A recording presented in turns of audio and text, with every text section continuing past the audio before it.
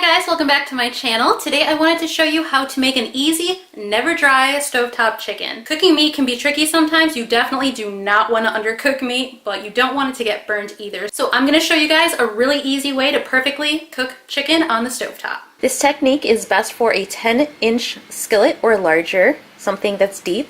A cast iron skillet would be probably the best option. Next, you'll want 2 boneless, skinless chicken breasts, about 1 pound total. You will also need 2 tablespoons of olive oil, 1 tablespoon of butter, some salt and pepper to taste, and then any other kind of seasonings that you prefer. First, you want to add your 2 tablespoons of oil. Then you want to heat your oil over medium to high heat. While your pan is heating up, you want to go ahead and start seasoning your chicken.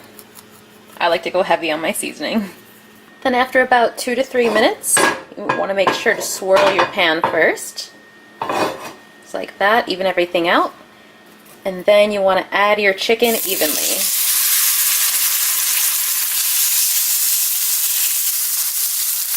Then you want to set your timer to anywhere from 5 to 7 minutes. So the most important rule is do not move the chicken for a full 5 minutes once it's in the pan.